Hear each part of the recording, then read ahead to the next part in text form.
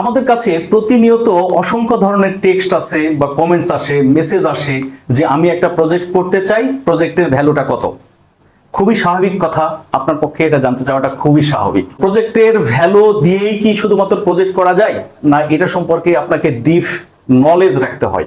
Definitely deep knowledge রাখতে হয়। টাকা দিয়েই যদি ব্যবসা করা যাইতো তাহলে তো অনেকেই অনেক ধরনের ব্যবসা করতে পারতো। অনেকের কাছে অনেক টাকা থাকে বা আছে, সবাই তো আর প্রোডাকশন রিলেটেড ব্যবসা করতে পারে না।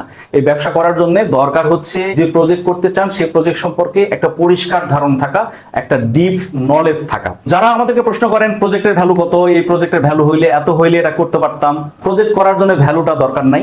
ভ্যালু জানাটা এটা মুখ্য বিষয় না। মুখ্য বিষয় হচ্ছে আপনার ডিটারমিনেশন, কি করতে চান এ সম্পর্কে আপনার ডিটারমিনেশনটা দরকার, আপনার লক্ষ্য নির্ধারণ করা দরকার। আপনার ফার্স্টে একটা লক্ষ্য নির্ধারণ করা থাকবে, তার পরবর্তীতে আসবে লক্ষ্যতে পুষতে গেলে আপনাকে কি কি লাগবে, আপনার কত বড় বিল্ডিং হবে, কত বড় ফ্যাক্টরি হবে, কি কি মেশিন লাগবে। এই প্রজেক্টের বিষয়টা টাকা পয়সার হিসাবে সেকেন্ড। ফার্স্ট হচ্ছে আপনাকে লক্ষ্য নির্ধারণ করতে, আপনি কি করতে চান।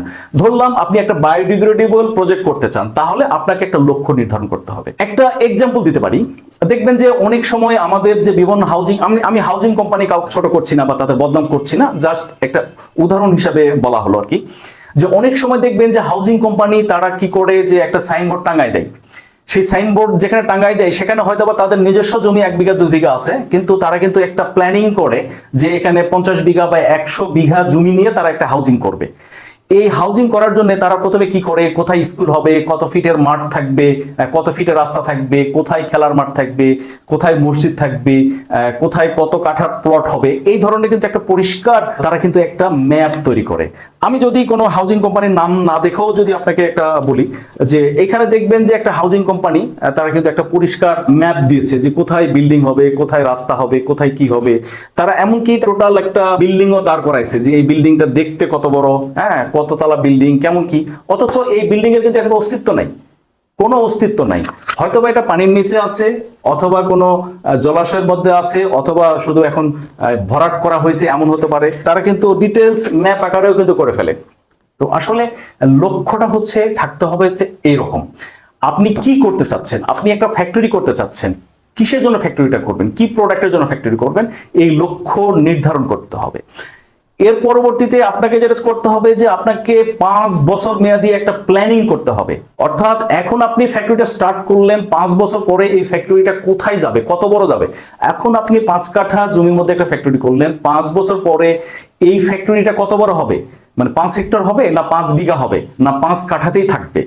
অর্থাৎ এখন যদি আপনি প্রত্যেক মাসে 5 টন করে প্রোডাক্ট উৎপাদন করেন, 5 বছর পরে কতটুকু প্রোডাক্ট উৎপাদন করবেন, এই 5 টনই থাকবে না 100 টন থাকবে, এইটা লিখিত আকারে থাকবে।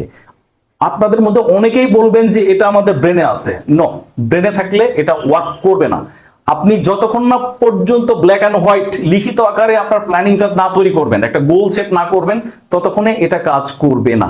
তাহলে প্রথম কথা হচ্ছে, আপনি একটা ব্যবসা করতে চাচ্ছেন বা একটা প্রজেক্ট শুরু করতে চাচ্ছেন, আপনার প্রথম কাজ হচ্ছে একটা লক্ষ্য নির্ধারণ করা, একটা লিখিত ব্ল্যাক অ্যান্ড হোয়াইট লিখিত লক্ষ্য নির্ধারণ করা, পঞ্চবার্ষিকী প্ল্যান করা, first year, second year, third year, fourth year. এটা ভাবার কোনো দরকার নাই আমি এটা অ্যাচিভ করতে পারবো কি পারবো না, এটা অ্যাচিভ করার দরকার নাই। আপনি আপনার চিন্তা, আপনার ইচ্ছাটা লেখেন। অ্যাচিভ করা না করা ওটা পরেকার স্টেজ। আপনার ইচ্ছাটা হচ্ছে গুরুত্বপূর্ণ, আপনার গোলটা হচ্ছে গুরুত্বপূর্ণ। আমরা এটা চাই। আপনাকে যদি বলা হয় যে 10 তলা বিল্ডিং করবেন, ঠিক 10 তলা বিল্ডিংটা কোন জায়গাতে, কোন ফেস হবে এবং কিভাবে বিল্ডিংটা হবে, 10 তলায় কি থাকবে, জিম থাকবে, কয়তলায় সুইমিং পুল থাকবে, নিচতলায় পার্কিং থাকবে, ঠিক এই যে একটা ম্যাপ, এই ম্যাপিং করে নিতে হবে আগে। এই বিজনেসের জন্য প্রথম কাজ হচ্ছে আপনাকে লক্ষ্য বা গোল নির্ধারণ করা, লিখিত আকারে নির্ধারণ করা। এর পরবর্তীতে যে কাজটা হবে সেটা হচ্ছে এই গোল পূরণের জন্য আমাদের দরকার এখন হচ্ছে বাজেটিং। এরপরে হচ্ছে আমাদের প্রজেক্টের কস্ট, এটা হচ্ছে সেকেন্ডারি কস্ট। প্রথম কাজ গোল বা লক্ষ্য নির্ধারণ করা, সেকেন্ড কাজ হচ্ছে বাজেট তৈরি করা, প্রজেক্ট তৈরি করা। এই গোলের উপর নির্ভর করবে যে আপনার এখানে কি কি থাকবে, আপনার কি কি মেশিন থাকবে, কয়টি মেশিন থাকবে, কি কি ভ্যারাইটির মেশিন থাকবে, আপনার এখানে শ্রমিক কতজন লাগবে, অপারেটর কতটুকু লাগবে, এইগুলো হচ্ছে সেকেন্ডারি কাজ।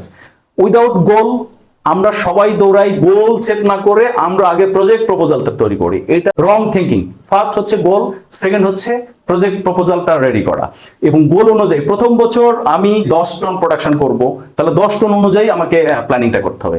সেকেন্ড ইয়ার আমি চিন্তা করলাম 50 টন প্রোডাকশন করব, তাহলে 50 টনের জন্য কি কি মেশিন লাগবে, আমাকে এই 5 বছরের সবকিছু একসাথে করতে হবে।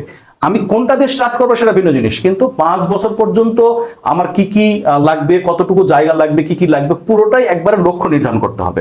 আশা করি যারা শুধুমাত্র মেশিনের দাম জানতে চান বা একটা প্রজেক্ট করতে কত টাকা লাগবে এটা জানতে চান, তাদের জন্য এই ভিডিওটা খুবই কার্যকর হবে। এবং এটাও আমরা আবারও বলে দিতে চাই, যারা আমাদের কাছে শুধুমাত্র একটা প্রজেক্ট করতে কত টাকা লাগবে এটা জানতে চান বা মেশিনের দাম কত এটা জানতে চান, আমরা আশা করব আমাদেরকে এই ধরনের প্রশ্ন করে আমাদেরকে বিব্রত করবেন না। যতক্ষণ না পর্যন্ত আপনার কোনো গোল সেট আছে, ততক্ষণ পর্যন্ত আমরা আপনার সাথে এই মেশিনের দাম কত, প্রজেক্ট কত, এইসব বিষয় নিয়ে কথা বলে আমরা আসলে কমফোর্ট ফিল করবো না। প্রধান কাজ, আপনি যদি ব্যবসা করতে চান, একটা ফ্যাক্টরি স্থাপন করতে চান, একটা উৎপাদনমুখী বিজনেস স্টার্ট করতে চান, প্রথম কথা আপনাকে লক্ষ্য বা গোল নির্ধারণ করুন।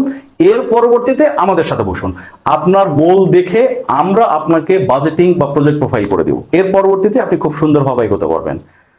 তো আশা করি যে বিষয়টা নিয়ে আমরা বলতে চেয়েছি ক্লিয়ার করতে পেরেছি। ধন্যবাদ, ভালো থাকবেন।